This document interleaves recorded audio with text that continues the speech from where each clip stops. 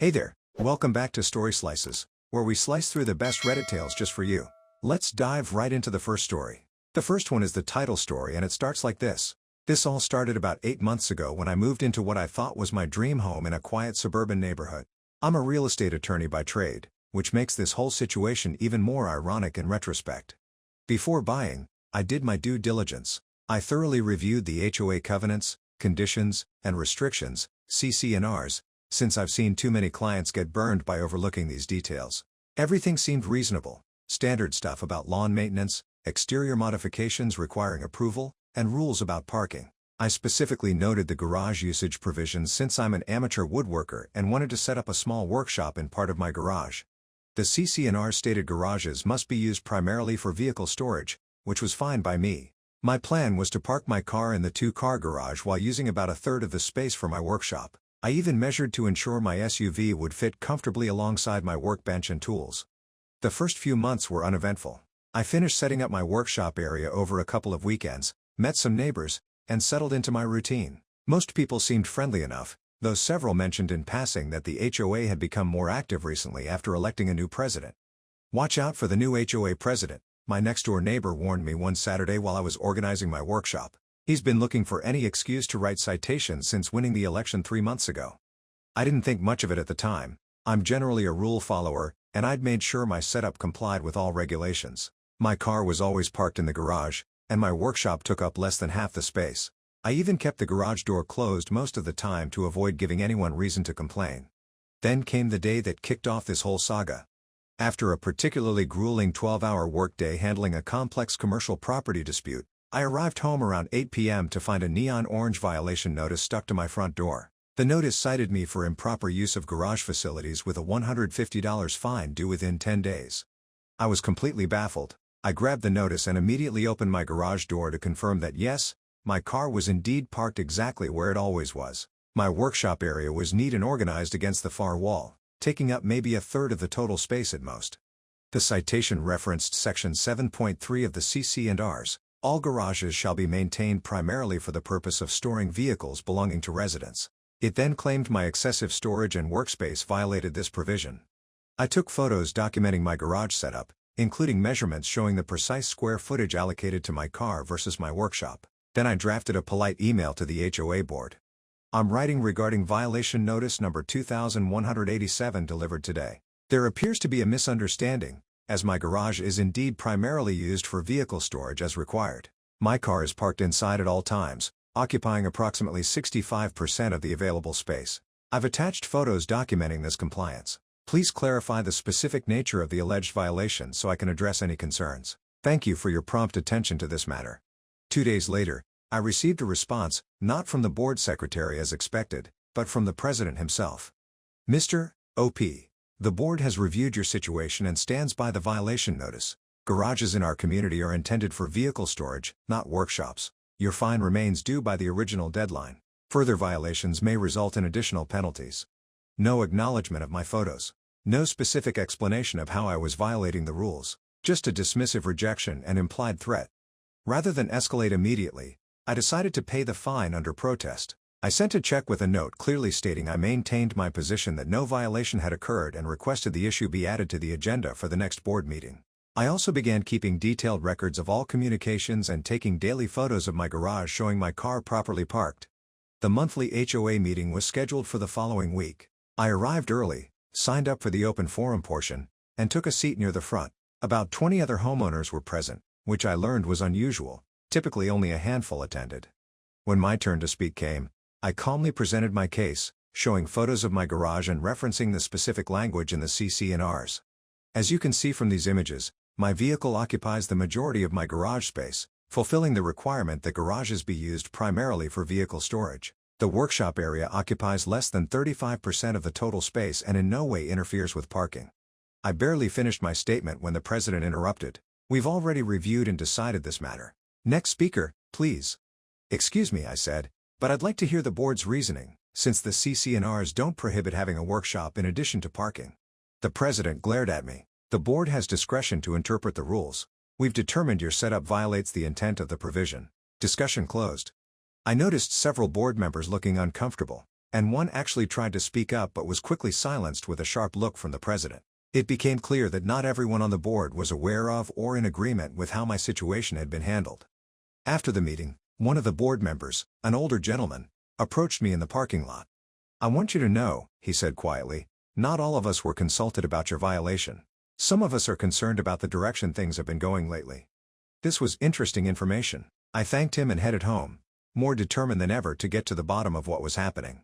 I began researching state laws regarding HOA, particularly those concerning financial transparency and governance requirements. 2 weeks later, I had to travel out of town for a 3-day conference. Before leaving, I moved my car from the garage to my driveway, completely permissible under the HOA rules, which stated, residents may park vehicles in driveways for periods not exceeding 7 consecutive days. On the second day of my trip, I received a text from my neighbor, "Your car is being towed." I immediately called him, and he explained that a tow truck had shown up and was in the process of removing my car. I asked him to take photos and show the driver the HOA rules that permitted driveway parking, but by the time he got outside, my car was already hooked up. I spent the next hour on the phone trying to resolve the situation remotely. I called the HOA management company, which claimed they had no record of authorizing a tow. I contacted the towing company, which told me they were acting on direct instructions from the HOA president, who had reported my vehicle as being in violation of community rules. The towing company refused to release my car without payment of $275 plus a daily storage fee of $45. I had no choice but to wait until I returned home to deal with the situation. When I finally got back and retrieved my car, I discovered significant damage to the front bumper and undercarriage, clearly caused during the towing process. The total repair estimate came to just over $1,200. I was livid but knew losing my temper wouldn't help. Instead, I channeled my anger into methodical investigation. I submitted a formal records request to the HOA, citing state laws requiring associations to make financial records, meeting minutes, and other documents available to members upon request. The response was slow and incomplete. The board secretary provided some basic financial statements but claimed certain records weren't available. This only made me more suspicious. I reached out to colleagues at my law firm and a friend who specialized in HOA law. With their guidance, I expanded my records request to include all towing authorizations for the past 2 years, board meeting minutes showing discussion and approval of towing policies, contracts with all service providers, including the towing company, the official copy of CC&Rs filed with the county. The last item proved most revealing. When I compared the version of the CC&Rs I received when purchasing my home with the official county records, I discovered they didn't match. The official recorded document contained no restrictions on garage usage beyond basic safety requirements. The version being enforced by the current board contained numerous additions that had never been properly approved by the required 2/3 homeowner vote or recorded with the county as required by state law. Even more interesting, my research into the towing company revealed it was owned by the HOA president's brother-in-law. None of the required conflict of interest disclosures had been filed regarding this relationship, and the towing contract had been awarded without competitive bidding shortly after the president took office. I also discovered through examining financial records that there were numerous unexplained administrative expense entries, all falling just below the $500 threshold that would require full board approval. Over the past year, these expenses totaled nearly $12,000 with no supporting documentation. Armed with this information, I drafted a formal letter to the entire board. To the board of directors, I am writing regarding several serious concerns about HOA governance and enforcement actions taken against my property. First, I have discovered that the CC&Rs being enforced by the current board contain provisions not present in the official recorded documents filed with the county. As you may be aware, modifications to CC&Rs require a 2/3 vote of all homeowners and must be properly recorded to be legally enforceable. No such vote or recording has occurred. Second, the towing of my vehicle from my driveway on date violated both the provisions of the actual CC&Rs and state law requiring proper notice before removal. Furthermore, the towing company that performed this service is owned by a relative of the board president, creating an undisclosed conflict of interest in violation of Section 8.3 of the HOA bylaws and state statute. Third, my review of financial records reveals numerous questioned expenses that appear to lack proper authorization and documentation. I request the following remedies: immediate reimbursement of $275 towing fees, $135 storage fees, and $1,200 for vehicle repairs. Removal of all violation notices from my property record. A special board meeting to address these governance issues. A commitment to operating according to the legally recorded CC&Rs. I sincerely hope these matters can be resolved amicably. However, I am prepared to pursue all legal remedies available, including filing complaints with appropriate regulatory authorities regarding the financial irregularities identified.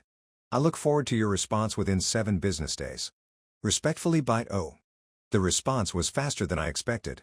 The board secretary called me the very next day, sounding nervous, and requested a meeting with several board members, notably excluding the president.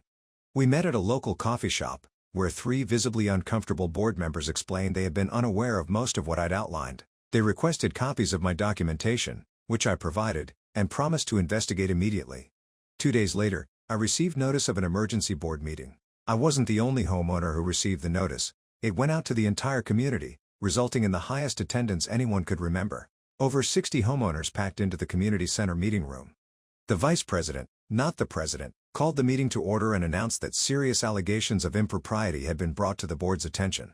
Without naming me specifically, he outlined the issues I'd raised. The president attempted to dismiss the concerns as one disgruntled homeowner making baseless accusations, but was quickly shut down when the treasurer stood up and confirmed my findings about the financial irregularities. "I've been asking questions about these expenditures for months," she stated firmly. "I was told they were for office supplies and miscellaneous maintenance items, but there are no receipts, and the total is far too high for such expenses." Another board member confirmed that the towing company relationship had never been disclosed to the full board. The meeting quickly became heated, with several other homeowners standing up to share similar experiences of questionable violations and selective enforcement. I remained calm and professional throughout, only speaking when directly addressed. When asked about potential solutions, I suggested forming a committee to review and properly update the HOA governance documents, ensuring all policies were legally enforceable and fairly applied. "What's happened here isn't just about my situation," I explained. "It's about ensuring our community is governed transparently and in accordance with the law. As homeowners, we all deserve that basic assurance." The board called for a vote on several motions. To reimburse me for all towing expenses and repairs.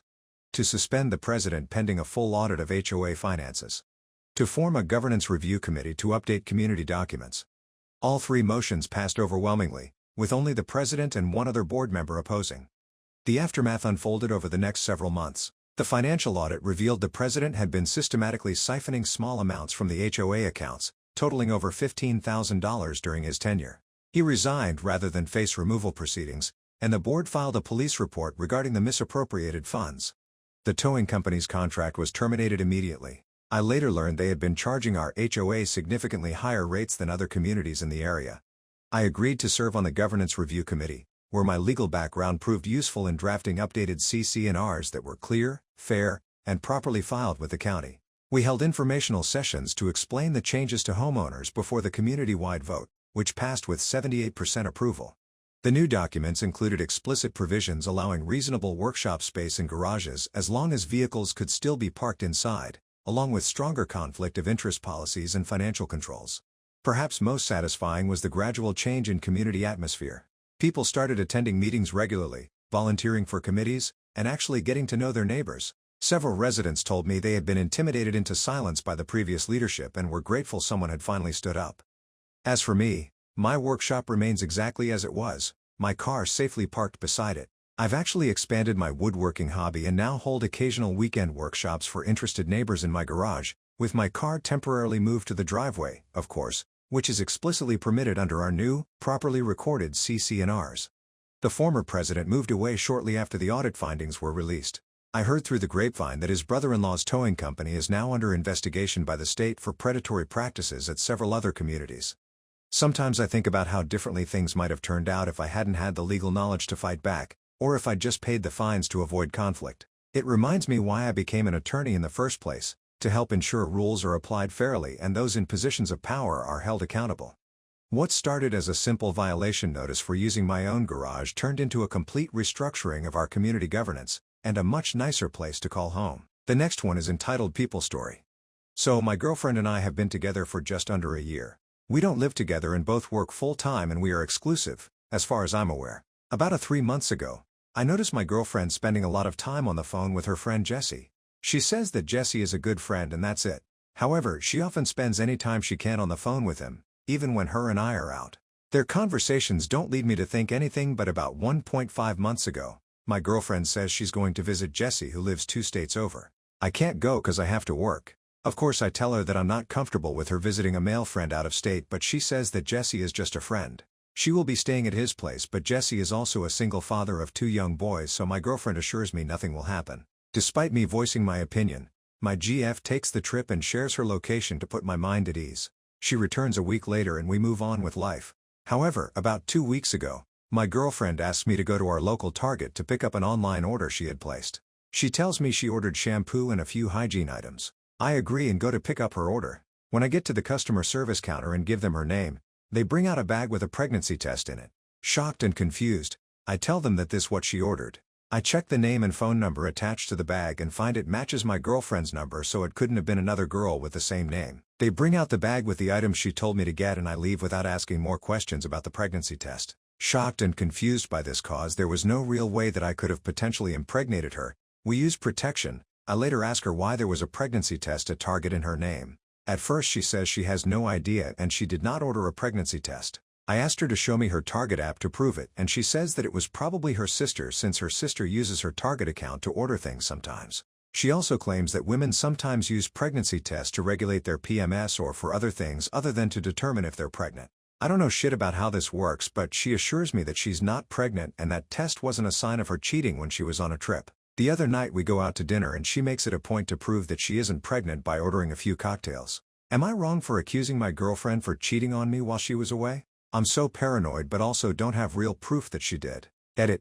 Needed to clarify the part about the pregnancy test. The pregnancy test was part of a separate online order. She asked me to pick up her online order at Target, which she said consisted of shampoo, deodorant and some lotion. When I went to the counter and told them her name, they brought out the bag with the pregnancy test. I said this isn't what she told me was her order, so they checked again and brought out the second bag with the right stuff as previously mentioned. After checking the info off both bags, I confirmed that both orders were under her name/account, so I believe she secretly placed an online order for a pregnancy test and planned to get that later while asking me to get her shampoo. The pregnancy test was not in the same bag as the stuff she asked me to get. Update. I never saw the pregnancy test after that, so I don't know if that truly was an order she made by mistake or if her sister used her Target account to order that got herself. However, I did bring up the fact that her sister lives about 20 minutes from her and has a Target much closer to her, so why would she place an order for a pregnancy test and have the pickup location further from her house? Even if her local Target was all out, I find it hard to believe that her sister would order a pregnancy test under her account and pick it up near her house. Update. So I went into a panic last night after reading all the comments, so while she was out at work last night, I went to her apartment, she gave me a key, and found her iPad. I tried putting her birthday as a password and to my amazement, it worked. Yes, I know what I did was dishonest, but I had to know if she cheated on me. I looked at her messages and confirmed that she indeed had sex with Jesse while on this trip. I'm so devastated and was a nervous wreck last night. My next move is to figure out how to break up with her and tell her how I found out. Thank you all. Update. So as an update, I realized that although my GF and I have protested sex, the chances of me getting her pregnant is possible. However, I strongly believe that despite our intimacy, I couldn't have possibly impregnated my GF. Not to be disgusting and personal, but I never finish inside of her because I want to reduce our chances of having kids until we're both ready. That's why when I saw the pregnancy test, I immediately thought she cheated on me. Anyways, I went into a panic last night after hearing all the comments and freaked out, so I went to her apartment while she was at work. She gave me a key, and I found her iPad. I tried using her birthday as the password and to my amazement it worked. I immediately go through her messages and find evidence that she in fact had sex with her friend Jesse. I'm honestly so devastated by this and I've been such a nervous wreck since last night. I haven't ate and I've barely slept. Yes, I know what I did. Secretly going through her iPad and messages was wrong, but I had to know if she was cheating on me and if that pregnancy test she secretly ordered was cause Jesse may have knocked her up. Now I'm waiting to confront her, but I honestly don't know how. How do I tell my GF that I know she cheated? Am I wrong for going through her iPad and messages? Part of me feels wrong for this, but you have no idea how much it hurts to know she did this. She was my first real GF in a long time and now I feel like an afterthought. Final update. So last night, I told my GF that I needed to talk to her. At first she kept saying she was busy, but I insisted on seeing her in person, so she finally said to go to her place around 8 p.m. I go over and I reiterated how ever since she got back from her trip, things have felt weird. She claims I'm the one who's making things weird by believing that she cheated on me. She continues to claim that the pregnancy test was not hers and that her friend Jesse was just a friend and they just hung out. I then proceed to tell her how I know she cheated because I saw the thread in her messages. You came here without me knowing and went through my personal messages? That's so messed up and creepy, to be honest. She says, "We got into a slight argument as I told her that my suspicions were correct and she was trying to deflect the conversation. I asked her to give me her phone and I'll show her all the messages I saw which were very clear and explicit. Of course she refuses and says we are not married. We don't live together. You don't own or control me." While I agreed with her on that part, I decide to end things quickly and simply put her copy of her keys on her coffee table and tell her you cheated. Plain and simple. Goodbye and good luck. I walk out and she makes no attempt to stop me. Later, she tries to text me and says that she's sorry for what she did. At first, she claimed that Jesse was an old boyfriend that she never told me about and that they dated years ago before she met me and that he moved away several years ago. She claims that the messages I saw were old conversations they had, but I quickly told her that was obviously not true. She swears that she didn't mean to cheat and that Jesse must have gotten her drunk and it led to sex. She assures me that she is not pregnant with anyone's baby. I told her that's good because I don't want anything else tying me to you. I wished her good luck again and I haven't heard from her since. Personally, I'm relieved but I'm so upset and devastated by all this. I spoke with my friend Eric who told me that he had an ex that cheated on him too, but she later tried to contact him years later when the dude she cheated on him with turned out to be a bum. Hoping I can move forward from this. Thank you all for your input. Am I wrong for anything I did or the way I acted in this? The next one is entitled People Story. We live in a rental with a shared yard. My aunt lives in the front house. I live in the back. We're surrounded by forest, near a main road, and there's no fence yet. We're building one. I have 2 dogs, one's a hunter and the other, her pup. They're trained, they stick to the trees, and never go near the road. My aunt has 2 little dogs, maybe Palms? When the road was closed, they used to cross to the neighbor's, who has about 5 small dogs. One day, her pup crossed and got hit by a car while returning. She started crying and blamed my dogs, but both were right beside me the whole time.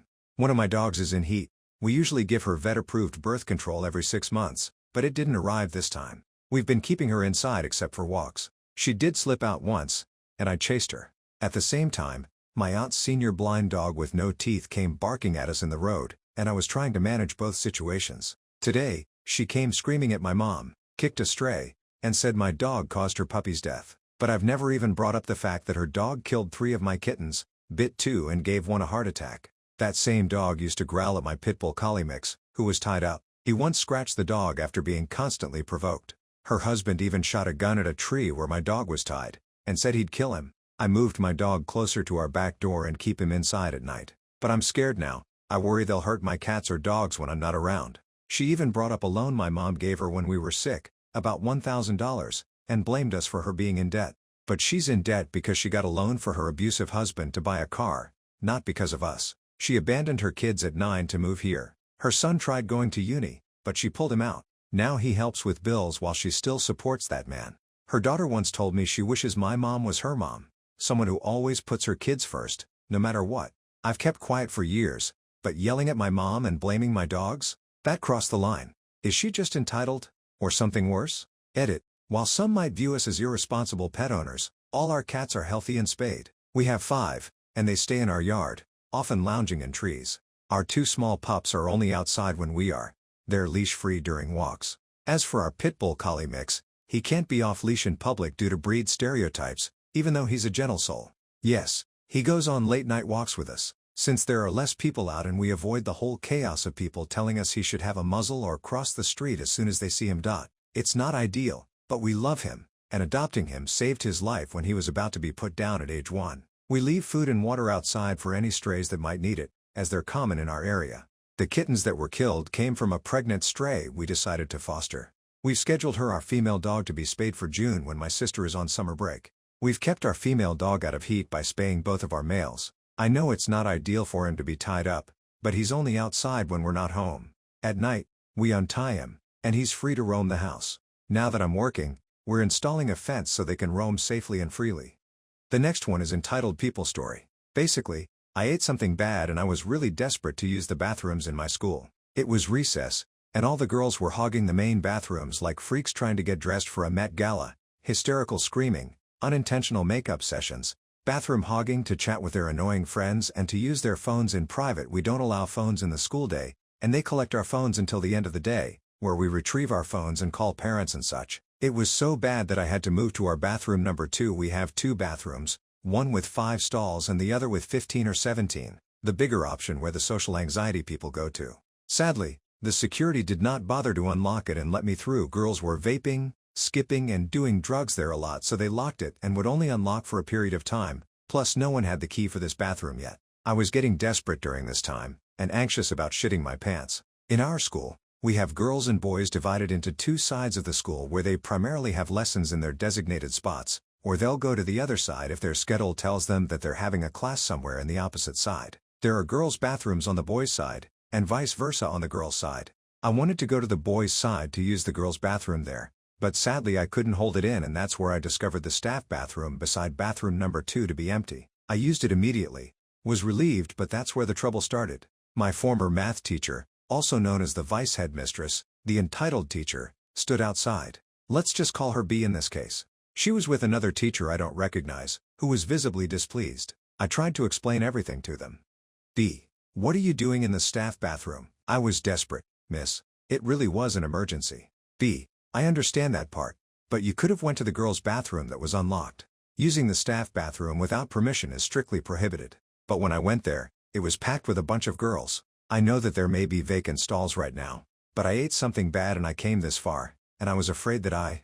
B. Still, that is unacceptable. You also could have went to the office and asked for the key for the second bathroom. Name. The staff bathrooms are only for teachers and staff use at all times, and you mustn't use it a second time again, else that's a misbehavior email sent to your parents. Understood? Yes, I understand. But miss, I could have made an accident if I hadn't used the staff bathrooms. B. I know that. Still, there are alternative places you could have went. You could have went downstairs to the primary bathrooms as well. The primary for 1/6 graders, bathrooms were prohibited for us 7/12 graders. I couldn't even do shit and go there. In the end, I had to sit in the reflection room as detention after school for an hour for taking a dump in the staff bathroom, and I was facing the walls purposely for my anger. And eventually, as teachers passed by the room for a good 10 minutes, I spotted my other headmistress who manages the upperclassmen, 10/12 graders. She immediately walked in and asked me why I was here. I explained everything, and she looked livid after that. She told me that B shouldn't do that, and using the bathroom was basic human rights which they cannot take from us. There's more to this convo, but I didn't manage to eavesdrop it. After bailing me out and comforting me, she had a talk with B and told me to leave quickly. I also told this to my mother, and she's planning to have a talk with the principal and B about this situation since they kept me from leaving for an invalid reason. Are you hungry for more slices of stories? Don't forget to subscribe and hit the bell to never miss out on any videos. See you tomorrow at Story Slices.